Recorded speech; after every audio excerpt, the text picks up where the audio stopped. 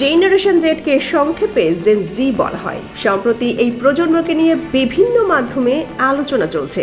দেশ পেরিয়ে বিদেশেও এই প্রজন্মকে নিয়ে সামাজিক মাধ্যম সহ গণমাধ্যমেও খবর প্রকাশ হচ্ছে। 90 দশকের শেষ 3 বছর এবং 2000 সাল থেকে 2012 সাল পর্যন্ত যাদের জন্ম তাদেরকেই বলা হচ্ছে জেন জি। তাদেরকে আই জেনারেশন, জেনটেক, নেট জেন, জুমার্স সহ আরও নানান নামেও ডাকা হয়, কারণ ইন্টারনেট ও সোশ্যাল মিডিয়ার সঙ্গেই তাদের বেশি সম্পর্ক। বর্তমান প্রজন্ম কথা শোনে না, সামাজিকতা বুঝে না, এমন নানান অভিযোগ রয়েছে তাদের উপর। তারা ফেসবুক, ইউটিউব আর টিকটক নিয়েই ব্যস্ত, এমন কথাও শোনা যায়। তবে সম্প্রতি বৈষম্য বিরোধী ছাত্র আন্দোলনে এই প্রজন্মকে অগ্রণী ভূমিকা পালন করতে দেখা গেছে। বলা যায় একেবারে নতুন রূপে ধরা দিয়েছে তারা।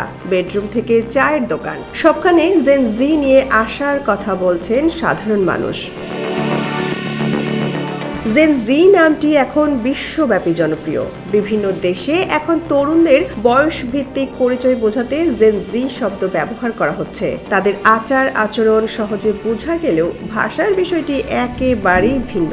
আগের প্রজন্মকে এই ভাষা বুঝতে হয়তো মাথার ঘাম পায়ে ফেলতে হবে। জেন জির ভাষা নিয়েই আজকের এই আয়োজন। Face card.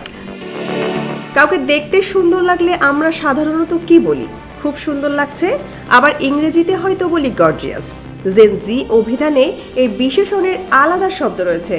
তারা বলে ফেস কার্ড, মানে যার চেহারা একেবারে ক্রেডিট কার্ডের মতো সুবিধা এনে দেয়, ঝামেলাহীন। বেস্ট, আমরা কারোর সঙ্গে একমত হলে হয়তো রাজি আছি বলি। আর জেন জি প্রজন্ম একমত পোষণ করলে বেশি কিছু না বলে বেস্ট বলেন। অর্থ হচ্ছে কথায় যুক্তি আছে। এর বিপরীত শব্দ হিসেবে ক্রিঞ্জ ও বায়াসড ইত্যাদি ধরা যায়। ইয়াপ।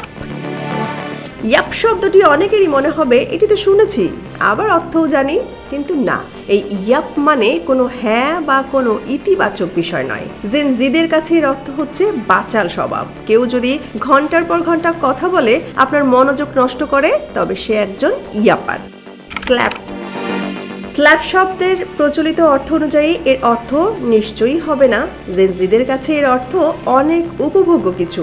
যদি কোনো বিষয়ে ইট স্ল্যাপস বলা হয়, তার মানে তা খুবই উপভোগ্য বিষয়। সিনেমা থেকে শুরু করে জনপ্রিয় বই, এমনকি মানুষ, সব ক্ষেত্রেই এর শব্দের বহুল ব্যবহার হচ্ছে। সোনিয়া খান, খবর সংযোগ।